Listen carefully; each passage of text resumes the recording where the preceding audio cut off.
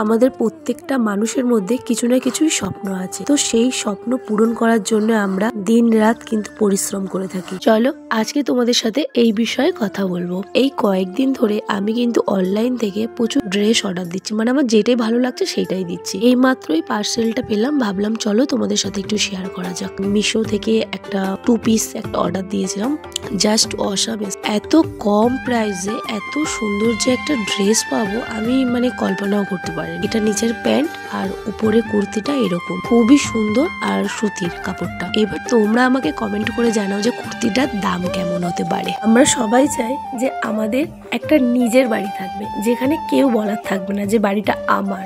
আরো যদি নিজের পরিশ্রমে বহুদিনের স্বপ্ন যদি পূরণ হয়, সেই ফিলটা যে করেছে সেই বোঝে। সেই স্বপ্নের মালিক হলো আমার জামাইবাবু আর দিদি। ওদের বহুদিনের স্বপ্ন পূরণ হলো আর তো সেই উদ্দেশ্যেই আসা দিদির বাড়িতে। চলো তোমাদেরকে একটু ঘুরে ঘুরে দেখা। এটা হলো রান্নাঘর, এটা হলো মেন গেটের রাস্তা। এই একটা রুম, এখনো কোনো ফার্নিচার এখনো আসেনি, মানে ফার্নিচার এখনো ঢোকানো হয়নি, যেহেতু মানে হাতে সময় ছিল না, তাই ঘরটা কমপ্লিট করেই ঢুকে পড়েছে।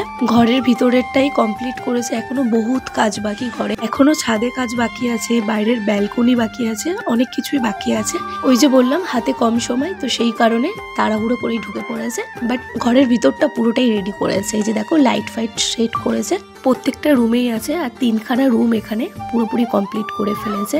ওই যে বললাম বহুত স্বপ্ন দিদি জামাইবাবু, মানে যেটাই স্বপ্ন ছিল পুরোটাই পূরণ করেছে।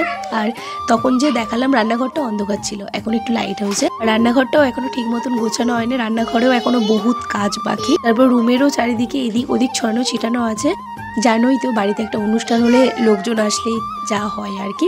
আর এখনো কোনো আসবাবপত্র রুমে রাখা হয়নি, বাট আস্তে আস্তে সব রাখবে। চলো তোমাদেরকে এখন একটু ছাদে নিয়ে যাই। ছাদেরও কিন্তু বেশটা ভীষণ বড়, শুধু জাস্ট একটা লম্বার মধ্যে হ্যান্ডেলটা করেছে, আরো সাইডে আছে, 2 সাইডেই প্রচুর জায়গা আছে। একপাশে রান্না করছে, একপাশে ব্যালকনি আছে, অনেক কিছুই, অনেকই বড় ছাদটা। আর ওই যে দেখলে উপরে যারা খাচ্ছে ওরা হচ্ছে বৈষ্ণবরা লাস্ট ব্যাচ খাচ্ছে। আমি যেদিনকার ভিডিও করছি সেদিনকার বৈষ্ণব সেবা দিয়েছিল।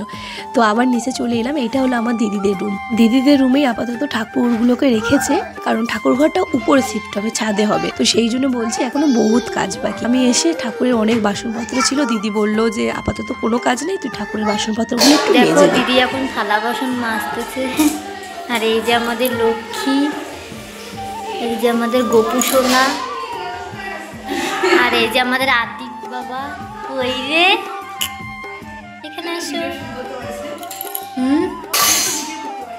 না না ভাল লাগে না, এডিট ফেডিট করতে আবার একদম বিরক্ত লাগে। তারপর আমার জামাইবাবু এলো, এই গান চালিয়ে দিল, আর দেখো সবাই নাচছে। তো আমার জামাইবাবু কিন্তু ভীষণ মজাদার মানুষ, গান বাজনা এসব খুবই পছন্দ করে।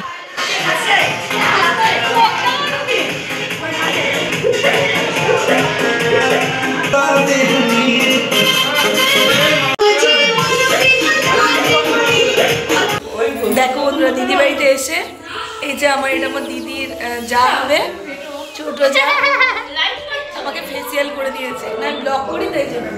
আর এগুলো সব আমার দিদির মাসি শাশুড়িরা, মামি শাশুড়িরা।